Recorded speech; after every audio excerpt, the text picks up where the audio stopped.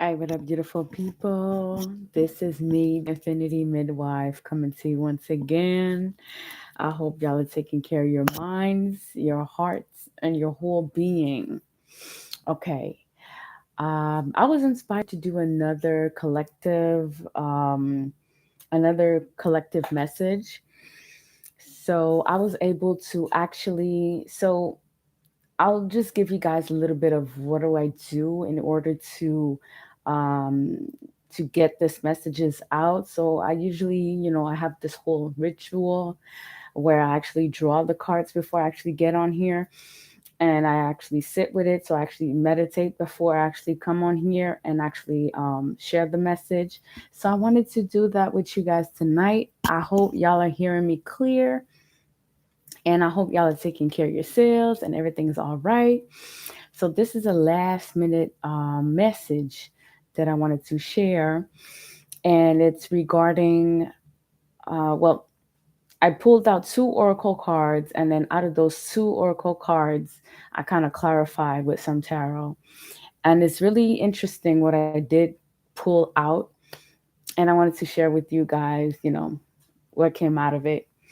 It's not something I want to do every day. Like I said, I feel like there are other things that I do want to do. Maybe I could do it once a week or maybe twice a week, but I don't want it to be like an everyday thing. I feel like I feel that divination is a personal thing.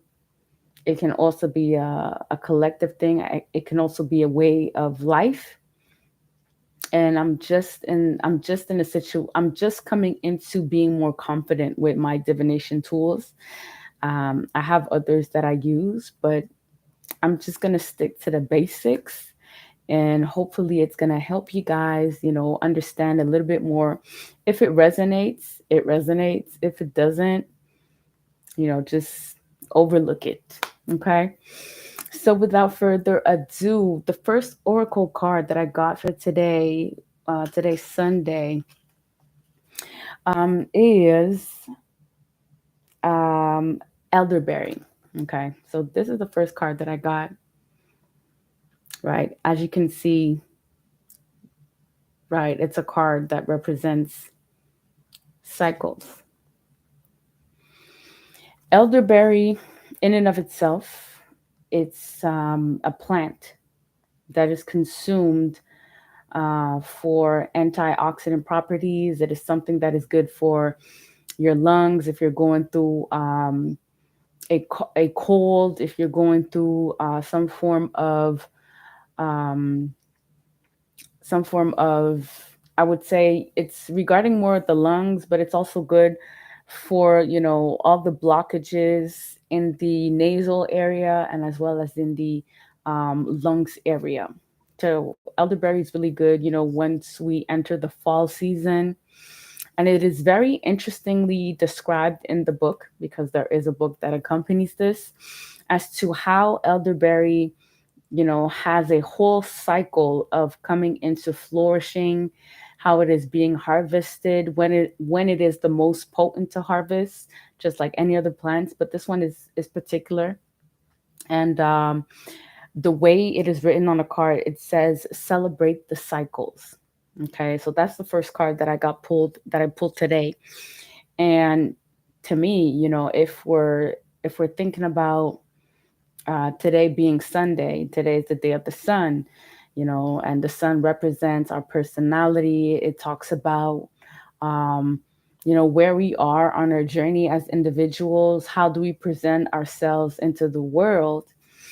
And I feel like with time, um, I think that it is important for us to. So I'm just going to talk just off of this. The message that I'm getting off of this oracle card is that we need to acknowledge when it's time for us to look at the type of identity we're presenting to the world. Is it corresponding to the identity that we are when we're in our intimate space? Is it in alignment, or are we presenting something to the world that is not really who we are? And I feel that when we question ourselves, those things, we can come into, maybe shedding old skin, maybe letting go of certain traits that we used to hold on for a certain purpose, for a certain time. And so I feel that this card says celebrating cycles. And what came out of it is the Page of Cups and the Eight of Cups. So what I got out of this, right, I got it in this order. So I pulled first the Page of Cups, and then I then pulled the Eight of Cups.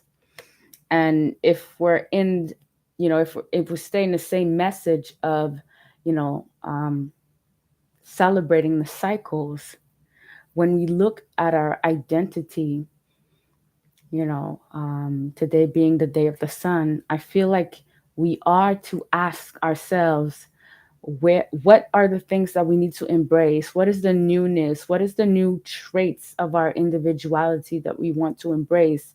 What are the things that aren't any longer a part of the story that we want to present to the world about ourselves? What is it about our identity that we want to leave out? What is it about ourselves that we want to reinvent? And I feel like we need to do this in order to advance on our evolutionary journey, right? Some people would say, well, no, you're just this one person that you was 10, 20 years ago, and you're still going to be that person to my eyes, right? This is what people in our environment are going to say when, you start changing, you start doing things differently, you start presenting yourself to the world differently. There's going to be some form of resistance, but that resistance first comes from within. And if it has not been addressed from within, then it's going to be expressed from different parties on the external.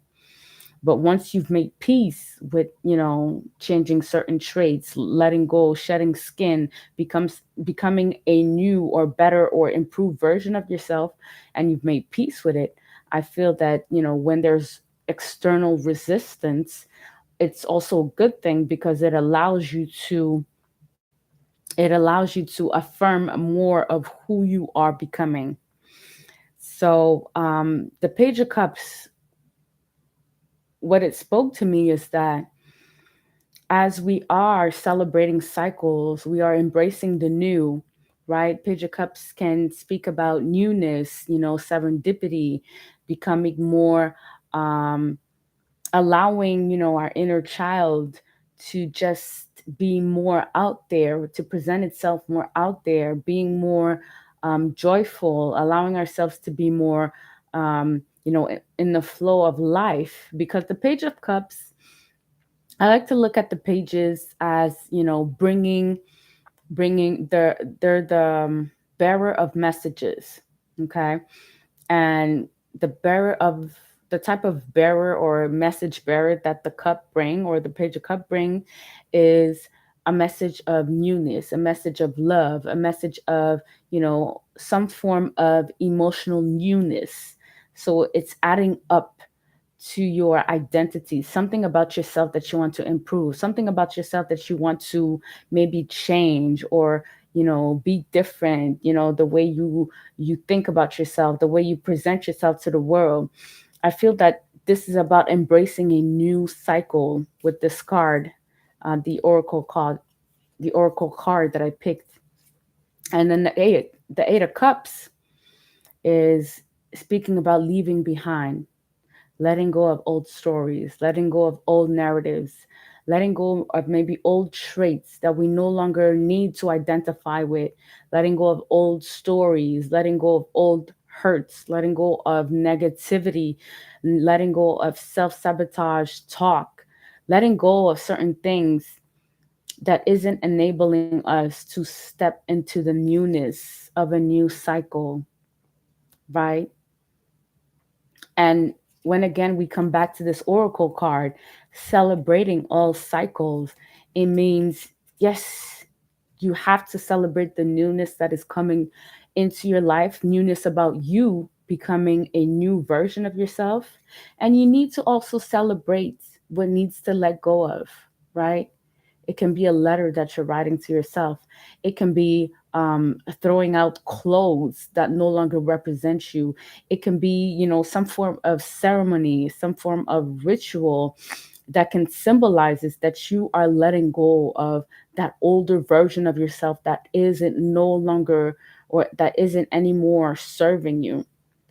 And I feel that these two cards that I pulled is very much speaking of, honoring all the cycles that we are going through, whether it's new things or things that we're letting go, new things that we are entering in, and maybe things that we need to let go of, right? And then when we're able to celebrate, and when we're able to celebrate, the next card that I picked is the Wheel of Fortune. And ultimately, the Wheel of Fortune speaks of what, right? It's a wheel that keeps on going, it's a flow of life. See how she is free and liberated, right? She's standing on top of the wheel. And you see how the wheels are still in spiral underneath her. So it's a process, right? It's not just one thing that you just wake up and happen to find that you are on this wheel. You make a conscious choice to embark on this journey, to bring your awareness onto the things, the cycles of life, the cycles of life, starting with your breath, the different hours of the day, the different days of the week, the weeks turning into months, the moon, the cycles of the moon, the cycles of the sun, right? So I feel that again, when we are celebrating the cycles and we are allowing ourselves to bring our awareness to the things that we need to let go of, the things that no longer serves, and we are embracing as well the things, the newness, right, the new inspirations, the new ways of presenting ourselves to the world, we can then be in a better flow of life, right? And when we are in that good flow of life, I feel like the Wheel of Fortune also represents karma, right? If you were in a situation where, you felt a lot of grief, a lot of disappointments, a lot of deceit, a lot of challenges, I feel like because the wheel keeps on turning, you will come into a cycle where, you are coming into success, you are coming into new beginnings, you are coming into recognition, rewards, satisfaction, um, new beginnings, right? Victory.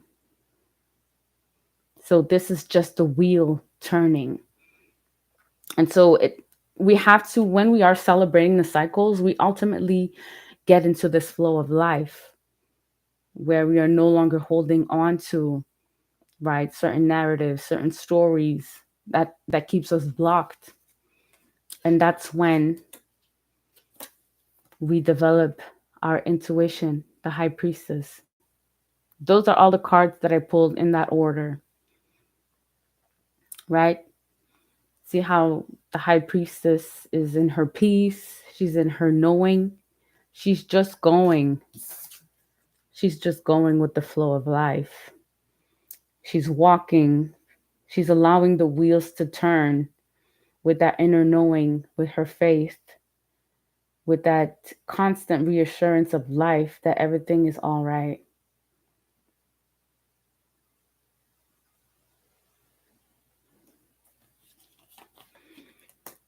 And so I feel like when we celebrating, I feel like when we talk about celebrating the cycles, it also speaks about, not necessarily being in this constant joyful energy or joyful state of mind. I feel like it's, when we talk about celebrating, it speaks first of bringing into our awareness of what needs to let go of and what needs to be embraced about our individual self that we want to present to the world. Because again, today is Sunday, the day of the sun, the day of our identity, our personality, how we present ourselves to the world, right? So celebrating cycles means, yes, bringing into our awareness, and then also just accepting it as it is, right? no longer holding grief, no longer being in a state of grief, of disappointment, of um, negativity, of sadness. There is a moment to do and to feel all these emotions.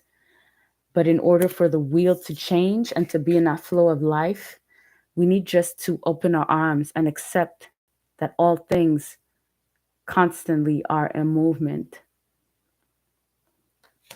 Okay? So that was the first message that I got for today. And then the second message that I got is Moline. And it speaks, I'm not sure if you can see.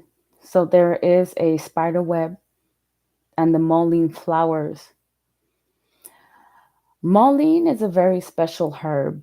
So it allows you to it's a it has it's more or less anti-inflammatory. It has demulcent, so it's good if you're going through a period of cough or mucus. So what it will do, Moline will help you if it's a demulcent, so it will take away the mucus, right? The extra mucus in your lungs. It's good for pneumonia, bronchitis, all these things pertaining to the lungs. Moline is good for that. So again, elderberry and moline, I feel like they are plants that are really good in the fall season, which is what we are stepping into, Virgo season. So it's almost the beginning of the fall. So elderberry and mullein is good for entering the season of the fall, going into the winters, right? It's preparing ourselves to maybe change, coming into the knowledge that we need to address certain things that are working, that are no longer working, and embracing the change. And so the card on this or the word on this oracle card is integration.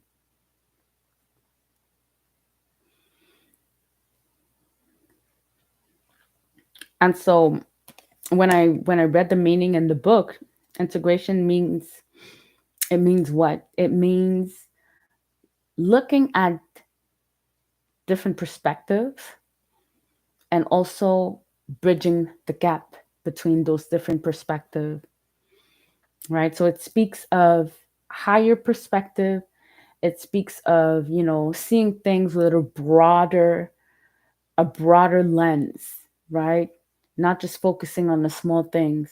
And ultimately, what Maureen does in the body, it can help with the lungs, but it also will affect the nervous system. It would also affect other parts of your body. So if you look at the card, right, they are asking you to make links between certain perspective, right? Can you make a link between the boat and the moon, right? The link would be the tides. Can you make a link between the brain and the heart?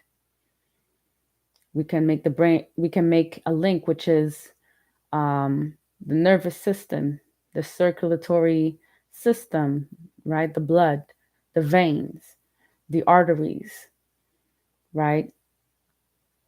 So there are different ways of making links or integrating lessons of life when it comes to, identifying characteristics in our own individuality, in our own personalities. And what's another interesting fact on this card is, if you can look at it from, okay, yeah, here, you can see that there is a spider web and there's a spider. Usually a spider stands in the middle of the web, but this one here is maybe working. And to me, what's interesting is that when a spider is creating its web, it creates its web, and it is, using a piece of the wall, a piece of the ceiling, a piece of the tree, a piece of the branch in order to create its web all around. So everything in the end is integrated in order for that spider web to stand. Okay, so what I got out of that message is the Emperor and the Temperance. And because today is Sunday, and we're talking about, integrating. So we're talking about cycles and we're talking about integrating.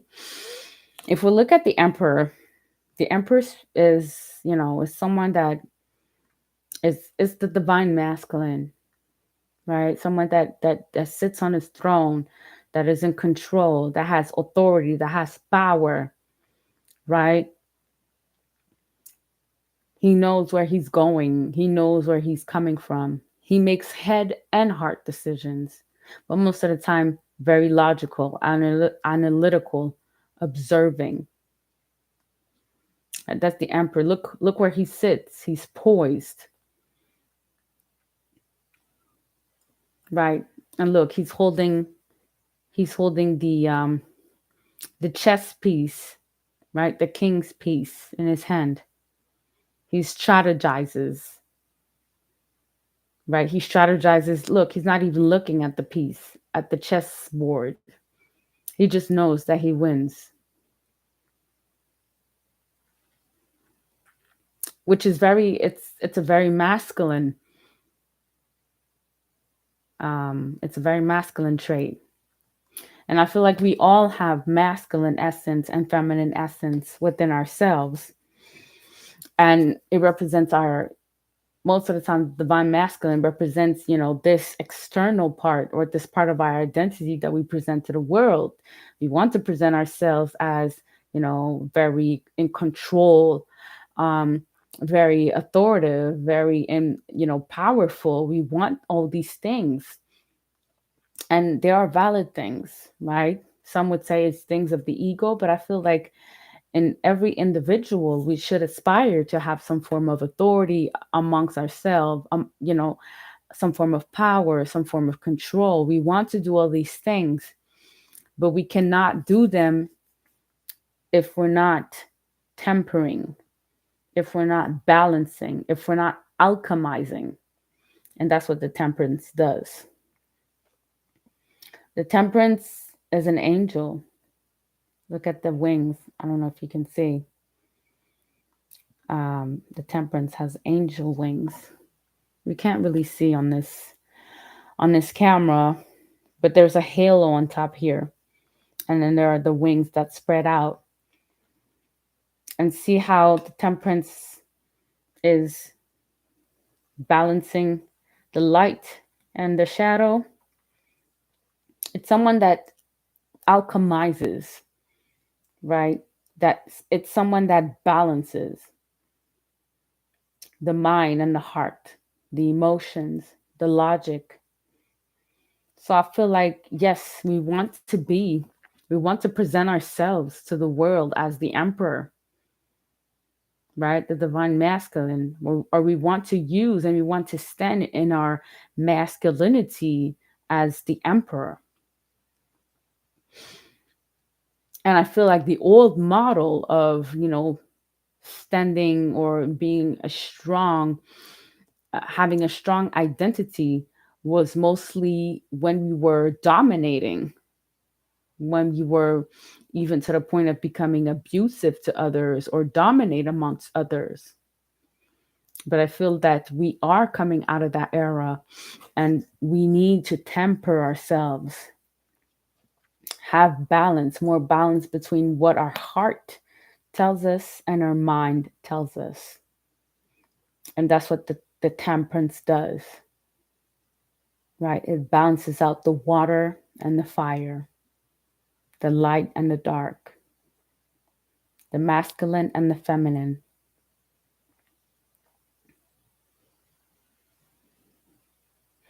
And so the next card that I pulled was the devil. And I feel that's my message, that's the interpretation that I got, that sometimes when we want to present such a powerful identity to the world. We want the world to see this in within us. We want the world to see how strong, powerful, in control, authoritative, we're strategizing, we're analyzing things from that emperor perspective. We sometimes get to overlook the things or the strategies that we are willing to use in order to stand in our energy. Probably because we are not balancing our light and our dark, which goes back to the integration card. So when we thrive so much to present an identity to the rest of the world, because again, today is Sunday, we want to present an image of us that is clean, that is even a little scary, we would say. Not everybody want to tempt you, not everybody want to come towards you because you stand strong in your power. But then what are the aspect of yourself that you are overlooking, that you're maybe abandoning, that you're maybe leaving in the shadows, right? What are the attachments? Are you using some form of escapism? Are you really standing in your emperor by balancing out the light and the dark within yourself? Or are you doing it by cheating yourself, by lying to yourself? And I feel that the integration cart is important here because a lot of times we want to present a version of ourselves to the world, and that is valid. We all and that's what the ego does. The egos present a version, wants to be right, wants to do the right thing, or at least seem as if they're doing the right thing. They want to be perceived by the world as the sun, which is Mars energy. Well, it's the sun as well, but the emperor is Mars, right? The go-getter, the strategizer, win at all cost. But to which extent? The devil. To which extent? Wearing false mask, lying, cheating, deceiving people around you, or even deceiving yourself, rejecting a part of yourself that you don't want to present to the rest of the world. And what usually ends up happening when we want to so much so be in our emperor energy without ever trying to balance energies within, we get to be in some form of attachments by holding certain masks, by presenting ourselves to the world, by maybe doing things that are deceiving to our own selves, telling ourselves some stories as to why we need to do the things that we do in order to stand strong and have that strong identity presented to the world. But I feel that when we do that, we come in deception. We come into discontentment over the years. We are being asked to maybe stop the illusion, stop the deception. Five of Cups speaks of emotional deception, right? Discontentment. See how she is pouring so much energy into these two cups. She is looking at those cups that are spilt because she's grieving. She's not happy. She's deceived. She's in deceit. But she's overlooking those three cups behind her. And so I feel that that's what it does. That's what it does when we are not looking at things in perspective, when we're not alchemizing all parts of ourselves. We cannot integrate. And also, when I look at the devil and then I take the oracle card, I'm also seeing, like, if you look at this oracle card, right, the spider web, when is the web creating? When is the web integrating? When does the spider creates the web? In the shadows, at night. I have several spiders around my house, on the outside of my house, that I do watch sometimes during the night, sometimes during the day. And I can tell you that during the day, those huge spiders stay up. They stay hidden. We do not see them. It's only when night falls, when the sun comes down, that they do come down in order to create their spider webs. Wait, you guys see it? Yes, in order to create their spider webs. They don't do it in the morning. And I feel that with the Emperor, the Temperance, and the Devil card,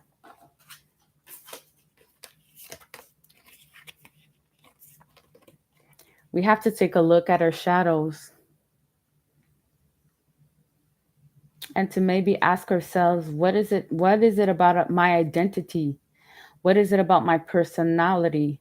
What is it about things that I'm attached to, the stories that I hold on to, that I maybe need to balance within my life, within my own personal life, right? Yes, I want to present this strong image to the world, but is it really who I am? Don't I have soft spots? Don't I have things that I want to deal with on the internal? That, yes, will allow me to stand even stronger in my power because I know I have integrated all facets of myself that I can present to the world without being scared, without feeling vulnerable, without feeling ashamed or guilt, because I've done the work to sit with myself in the shadows. And sitting with yourself in the shadows, it doesn't necessarily mean, to it's not something negative, right? It's just, it speaks about, laying it all down. What are your fears? What are you afraid of showing to the rest of the world? I'll take myself for instance. I was fearful to showing to the rest of the world that I do tarot, that I have certain powers that I did not want to reveal to the rest of the world, because I was, again, wanting to keep that strong position of the emperor, right? Someone who's in control, has authority. And then if I present to the rest of the world that I'm doing divination or that I'm using tarot card, then maybe, I'm going to feel a certain, I'm going to be judged and whatever have you. But only when you think that way, you get into that 5 of cups energy. You don't feel satisfied with who you are because you're lying to a part of yourself, right? You want to uphold an image that maybe not is you, right? So I had to come to terms with the illusion of presenting a certain aspect of myself and looking at the bigger picture. And the bigger picture to me is, you know, being wholesome, integrating all parts of myself and present that to the rest of the world, right? The emperor doesn't necessarily have to be domineering. It doesn't have to be abusive or controlling of others, or, have this perfect image, that perfect personality. It could just be who they are, right? Having a healthy mind and heart discussion of who they are and who they want to present themselves to the world.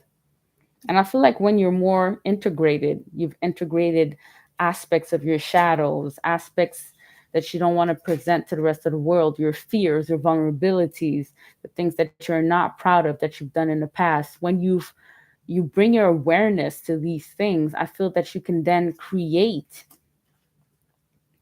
a spider web or create a bigger perspective as to who you really are and what you present to the rest of the world. Your identity is then more whole.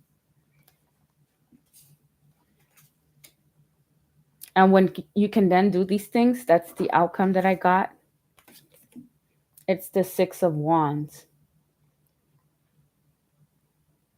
That's the last card. And the Six of Wands speaks of recognition, being celebrated. See how she's walking on the stage? She's raising her hands, and there are people applauding her. She's getting the acclamation, the recognition. She is successful.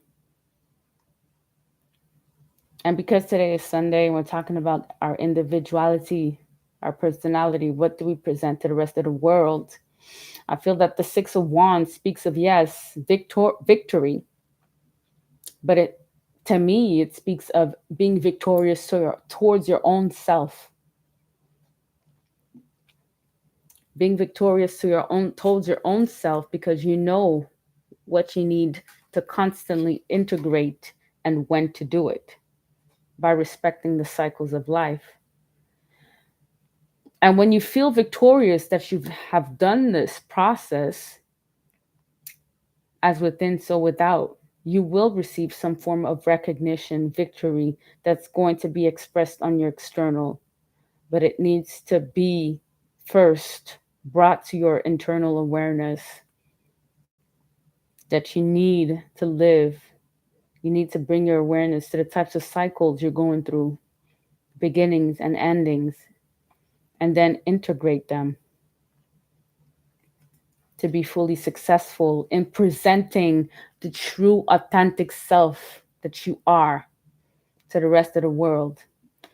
And regardless what people say or not say, the type of environment that you are in, you will attract those that will recognize, those that will reciprocate, those that will appreciate, those that will um, amplify all that you are. Okay, you guys, so that was the message of today. I hope you liked it. Leave a comment if you feel like it. I'm going to end the stream. So, yes, so tonight is Sunday. I was inspired to do that one. There is a process in how I do divination that I present on my YouTube channel. And I will come back with other messages. Like I said, I do it Thursday night and Sunday. Okay. I try to do it in the night because that's when my babies are asleep. I'm not bothered and I can, present it thoroughly because I have gone through the process of, my whole ritual of presenting this to you guys. So feel free to share, like, subscribe, and stay tuned for other videos. On that note, take care of your minds, your hearts, and your whole being. Till next time. Peace.